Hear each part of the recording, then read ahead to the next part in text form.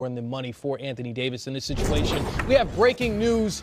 According to Chris Haynes, LeBron James will not play tonight against the Golden State Warriors due to, quote, load management.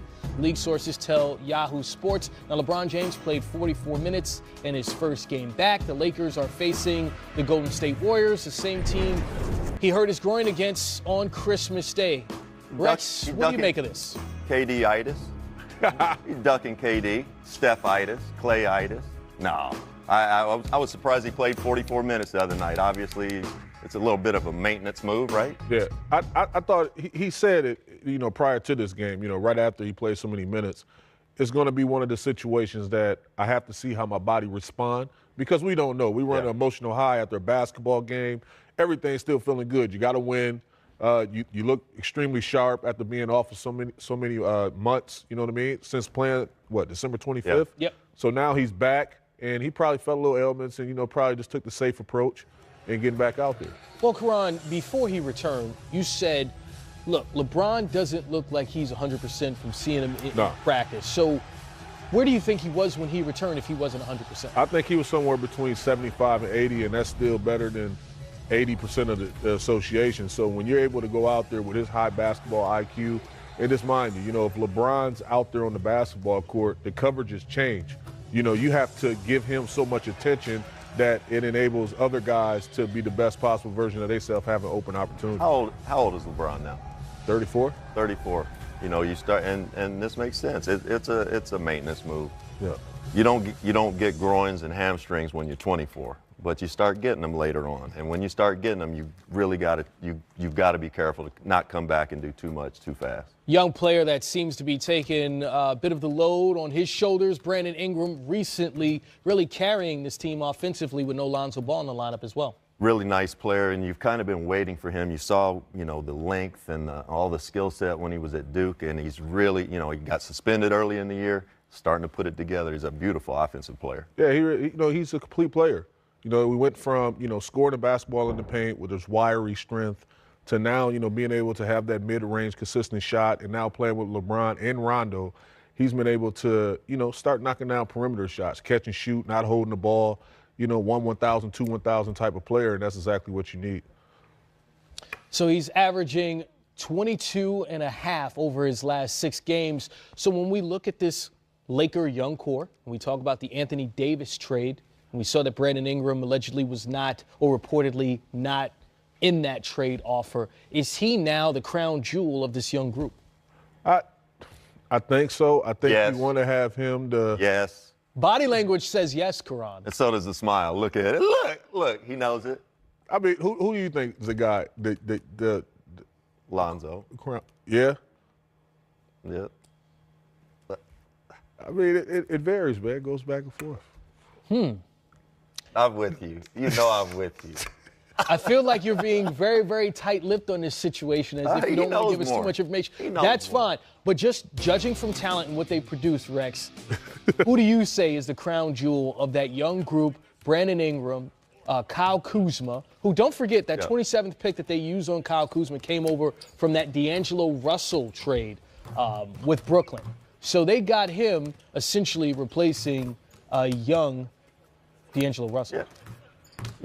There's some thought that maybe they got rid of D'Angelo a little too soon. Yeah. I know some of us think that, but yes, I think Brandon Ingram is the crown jewel in the piece of the puzzle. And at some point, they're going to have to give it. They're going to have to give it up if they want to get AD done now. Me personally, I'm a huge Kyle Kuzma guy. Yeah, I am too. I love an underdog, and I think that just from last season, when you talk about adversity, I think he was the guy that was in the forefront, the poster child.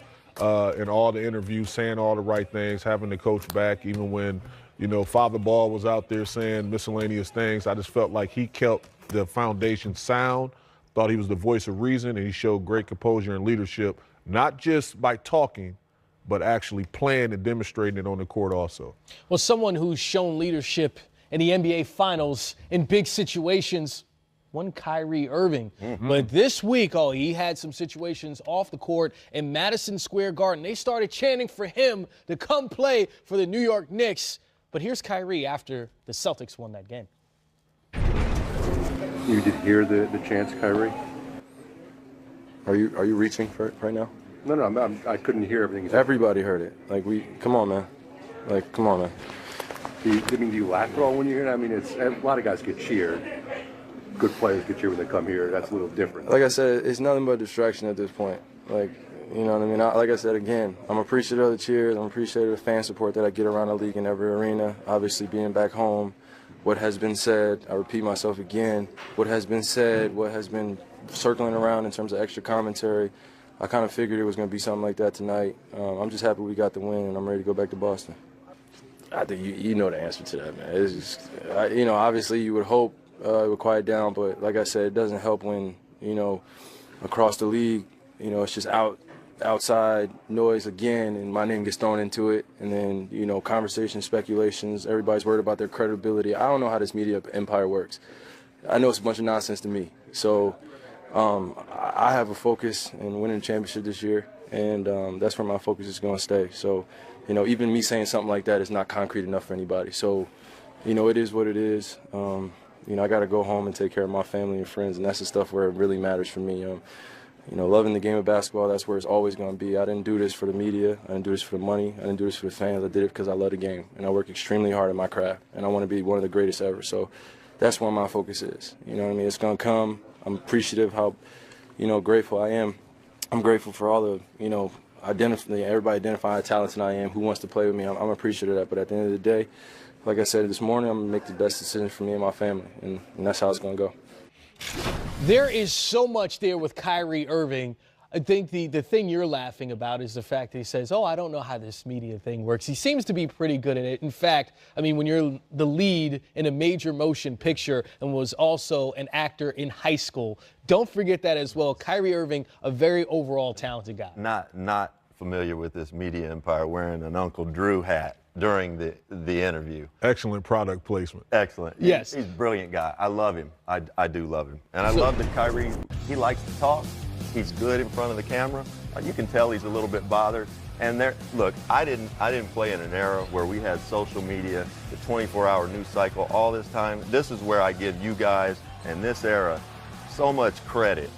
I don't know how you do it, and this is where I don't think these guys make enough money having to deal with this type of media crush.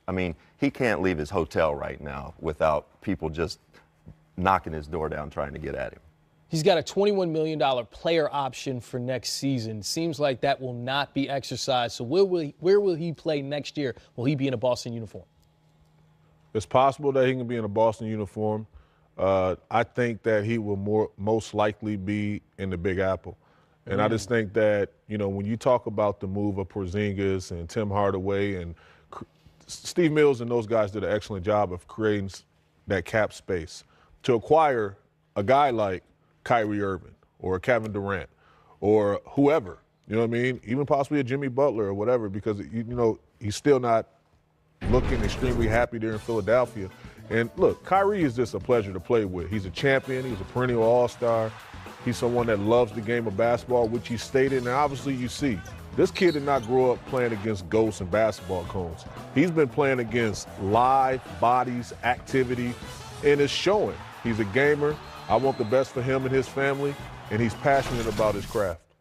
So it should be interesting to see what the Boston Celtics do. If that's the case, maybe before the trade deadline, we could see a Kyrie Irving trade, and man, that would be huge. We've got 12 games again tonight, 24 teams for the simple math on that. And here are some updates of notable players. Chris Paul sitting this one out for rest. LeBron James out, same designation. Eric Bledsoe also out with an Achilles. Out for rest. Hey, you know what? Still looks weird. It looks like, when you're growing up. Rest. When you go to the hospital, you go, when you're younger, you break your arm, you break your leg, you tear something. Now when you get older, you slept wrong. You get out of bed, you can't do nothing. Like, it's all those things happening right now. Well, you know who is playing? How about one Lou Will? Age not affecting him. And look at that, top score. The Clippers have fought their way back in this after being down by double digits in the second half.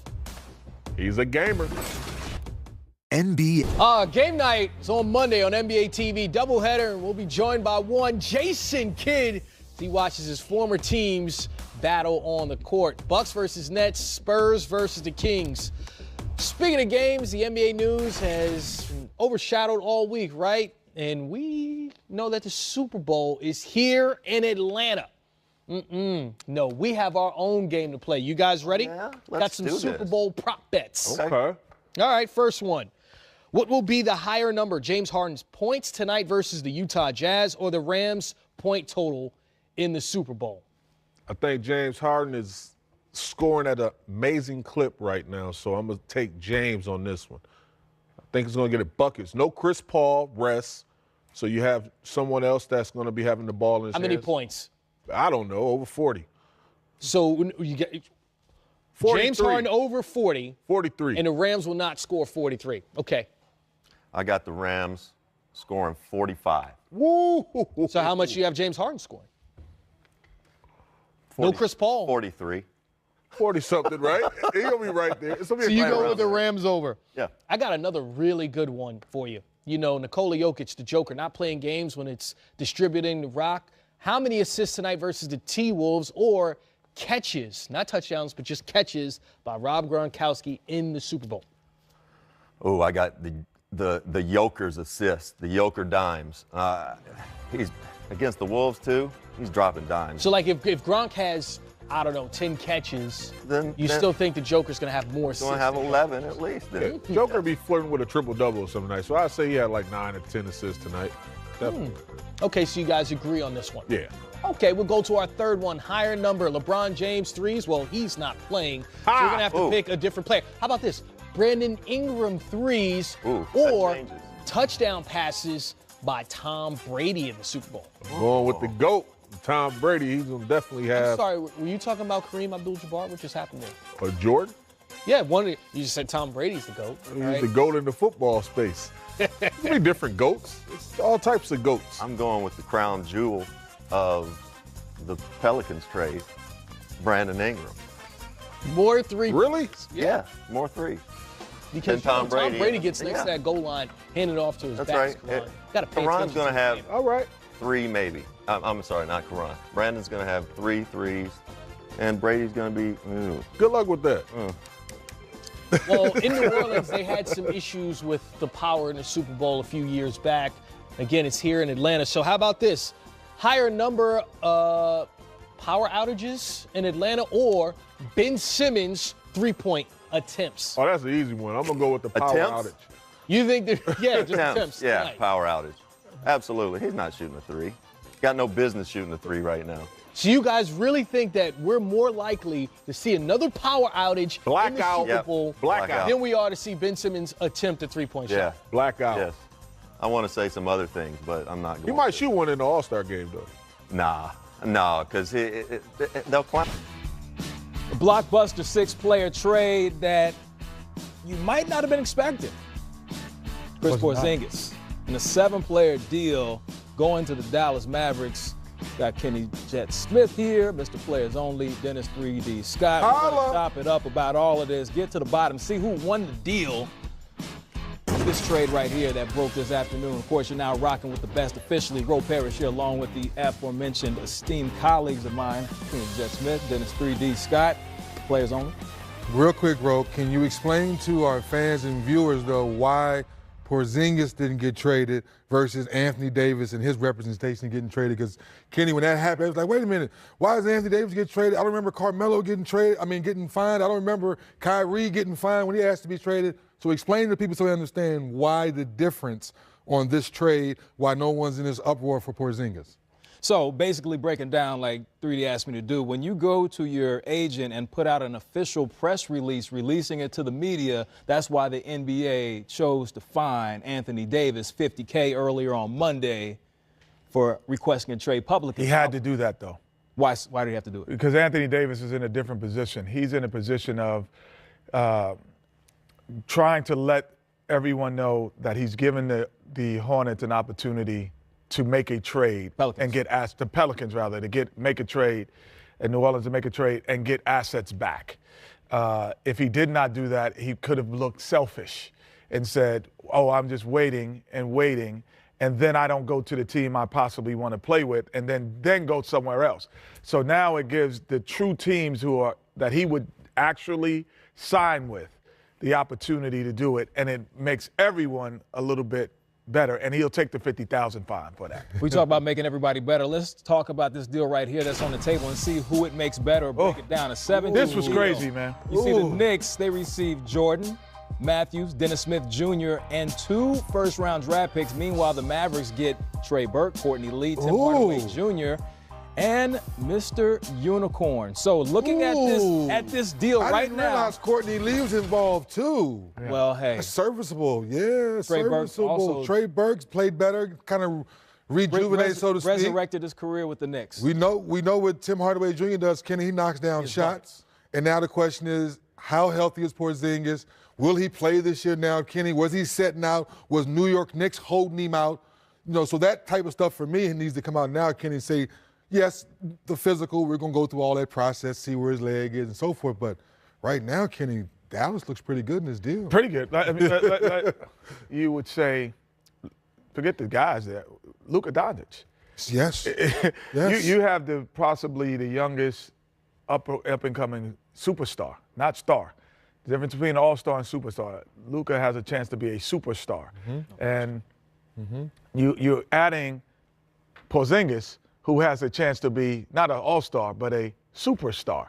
So you're putting in the West the dimension of what everyone else around the West has. Yeah. So you look at Golden State, you look at the Lakers, what they're trying to do, and everyone else is trying to blend. They're saying, okay, Golden State, when you have that fall off, and one of those guys leave, now we're right there, because you can't really put a team together to compete with Golden State every night. Right. But you have to be the one ready when Golden State leaves. When Boogie leaves next year, maybe one of those free agents leave, and all of a sudden we're in the mix.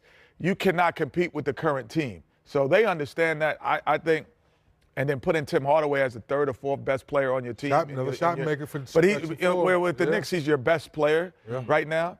And now he's their 4th best player possibly at times. That, to me, I would say right away. And the Knicks would just say, hey, we're going for free agency. I'm glad that you brought up that point, because that is how we do in TV. We segue looking at free agency, the potential free agents that's a big gamble. Available. Now, huge gamble. If the 2 players away, talking about Wesley Matthews and DeAndre Jordan, that could potentially create $74 million in cap space available for the Knicks to potentially bring in one of these. Kemba's going home. Kemba's going home, Kenny. Think so? Well, I'm just saying.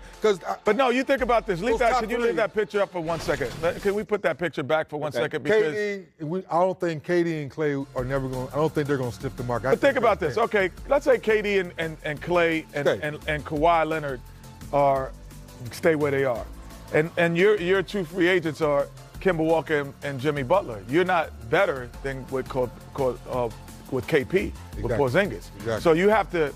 This is a huge gamble, hoping that a Kevin Durant, a Leonard, a Kyrie Irving and a Klay Thompson, someone else is coming to your team. That's a huge gamble. That's a gamble I don't know if I could have taken at this point. It's just a huge gamble. I'll just leave it as that. Well, I mean, you talk about I'm with you. Looking back at the Knicks over the years, they've gambled a lot this summer of 2010. And they've been coming up short every year. So they only they signed Amari Stoudemire in 2010. They got an old Amari. They got a banged up Amari. Yeah, they did. The Knicks have been doing really, Steve Mills and Scott have been doing some really good things. This is a huge gamble that, you're swinging for the fences. And you have to understand what the climate is of the free agencies, what free agent players are. You have to have your ear to the street. You have to have your ear to the gym. And you have to have your ear to the families. So you have to know a lot to make a move like this, knowing that there is a real strong possibility of what guys are feeling internally. Right. Because this is an internal feeling. Because, you look at Paul George last year. Yep. This guy turned down the Los Angeles Lakers, the storied franchise in the city that is just offers everything that he has, a hometown product, and he stays in Oklahoma. So to make a gamble like this, to me, that the Paul George of last year would make me hesitate on gambling and say, no, I'm going to trade for someone right to get them in and convince them to stay before I try to get them in free agency. Well, the trade that is yet to happen is the one where Anthony Davis exits the Pelicans. Oh, he's out. It hasn't taken place just yet, but Alvin Gentry, he's already over it.